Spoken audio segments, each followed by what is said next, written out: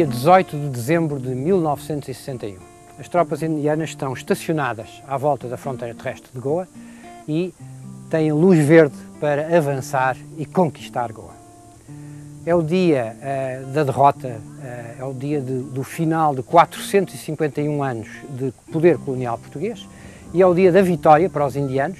É o dia que os indianos celebram, dia 19 de dezembro, celebram como a libertação de Goa.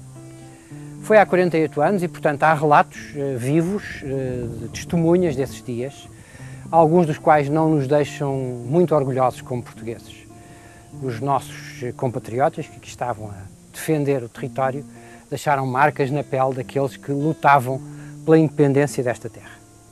Esses relatos que queremos partilhar convosco ao som deste hino que se chama A Madrugada, composto pelo Sigmund Sousa e que celebra a véspera do ataque. Pois saune aiku quieta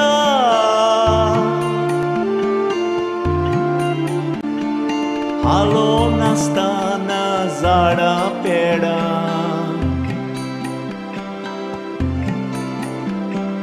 Varo azun bobu kyona.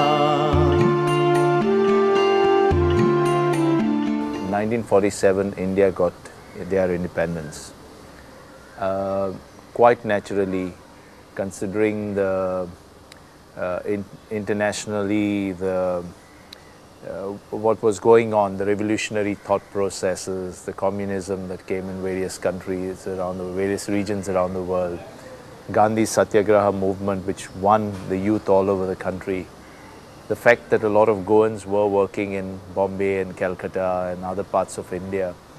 But naturally, when India got freedom, Goans, an overwhelming majority of Goans wanted to be free from the oppressive Salazar regime. That is the crux of the matter. So when India became independent in 1947, there was naturally a ferment both in Goa and in India as to why should now Portugal continue in Goa. Already after the independence of India, the other British colonies also had become free.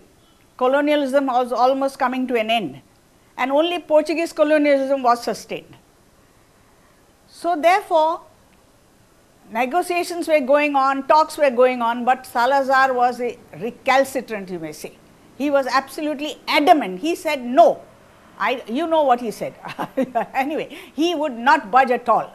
And he said no, Portugal will never leave Goa. That's what he said. Prime Minister Pandit Jawaharlal Nehru was a very, what should I say, he was a diplomat and he was a democrat. He tried to persuade Salazar as best as he could by in form of dialogue, through other people's negotiations, etc. But Salazar would have none of it. And his stronghold, or I say, on Goa became tighter and tighter. Liberation is a long process in the last phase of our struggle for independence. It started on 18th June 1946 when Dr. Ram Manohar Lohia, one of the leaders from, fiery leader from India, came here. And he was appalled to see the conditions here. There were no civil liberties whatsoever. Even people could not organize themselves. Even for religious matters, we had to, whatever the printout had to be censured, pre-censured. Even wedding cards had to be pre-censured. This kind of, it is really a kind of very oppressive this, and so he was very much appalled. Lohia had arrived in Goa not to lead any movement. He had come here on the invitation of Dr. Julian Menezes, who was his friend, just to relax. And then Goan nationalist leaders such as Purushottam Kakodkar, who was the leader of the Goa Seva Sangh, Vasant Vaikunth Kare and many others met with Lohia and apprised him that we need to start a movement in Goa to regain our civil liberties. So on 18th June, There was a very strict law. He wanted to organize a public meeting, and which he did on 18th, in spite of advice by the Goan leaders. Lohia arrived there at the scene. People greeted him with slogans, Lohia ki jai, as he alighted from the carriage, and he put his hand in his pocket and he was about to read his speech. And as he began reading his speech, the Portuguese police stopped him from doing that, and both Dr. Lohia as well as Julião Menezes was arrested and lodged in the Margao police station nearby.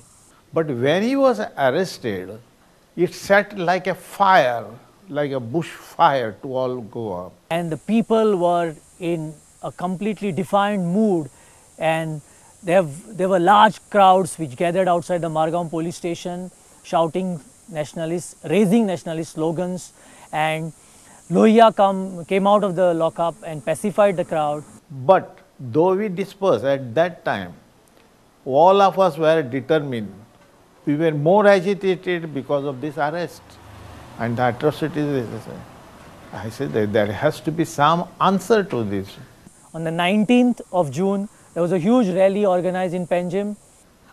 So we again organized ourselves at about 4 p.m. in the evening and took out the procession.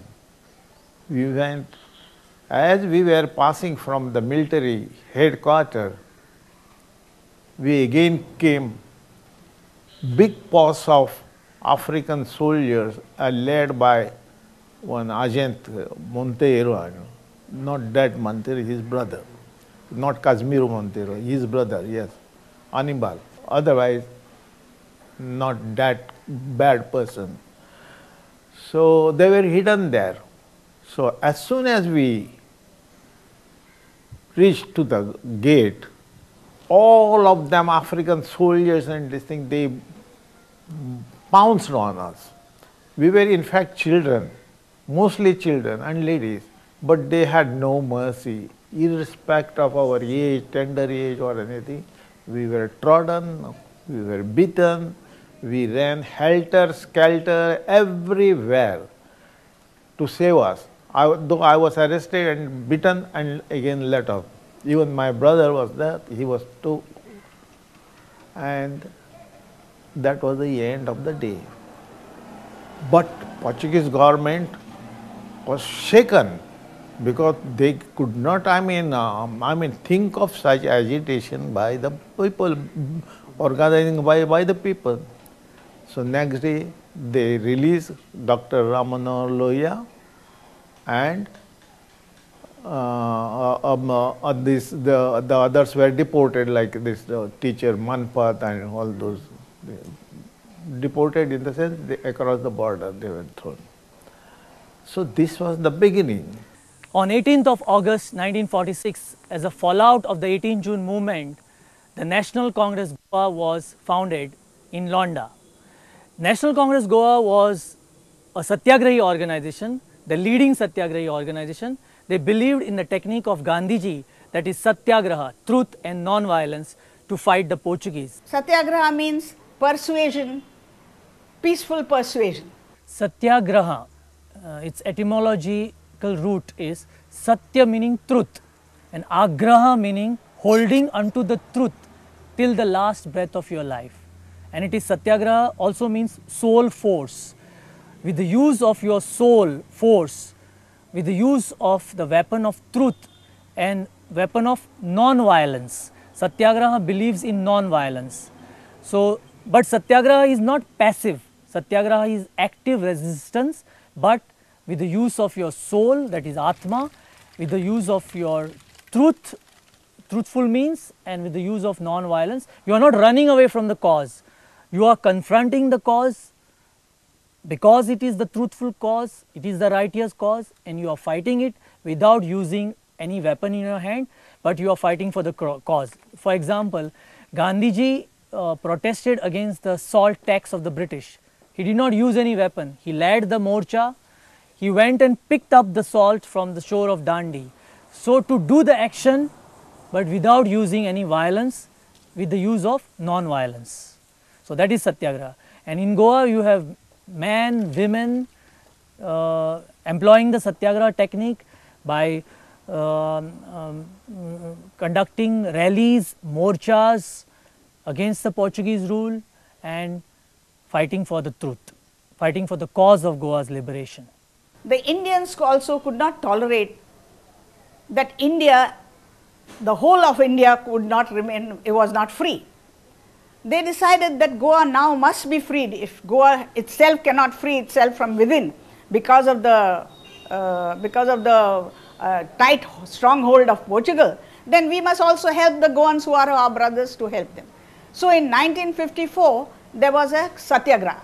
On 15th August 1954, the National Congress Goa decided to launch a mass Satyagraha in Goa, and they chose 3 Goan Catholic leaders, that is Mark Fernandez, Alfred Afonso and Anthony de Souza.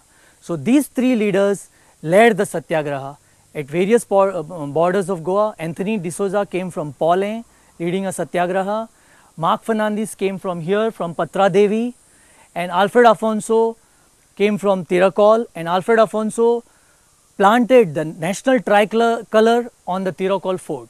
So it was a major achievement. So they came across the borders from India and trying to tell Salazar or trying to tell the authorities in Goa that they must leave Goa.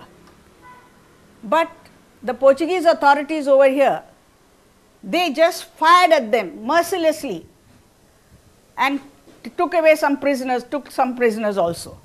The rest of them died. As a consequence of this, there was naturally this outcry in India as to how can we let our people die like this for a cause which is just. Unarmed satyagrahis, these volunteers, including women, and how the in charge was, cigarette in one hand and glass of the beer there, table, and he was asking the others. He was telling them, yes, they are entering, they are entering. Okay, he used to take his stain gun and fire. This was going on. So in 1955, there was an organization called All Goa Vimochan Samiti. All the parties joined together. All the political parties joined together, and they said, now we will offer Satyagraha again in 1955 and go and convince the people, the Portuguese authorities, that they must leave Goa. And at that time, the Portuguese authorities were more brutal than in the past year. They shot at all the people. They did not realize what was Satyagraha. All that the Satyagraha is, those are the people who came to were carrying Indian flags saying that Goa belongs to India, Portugal must leave. That is all that they were saying. These are the slogans.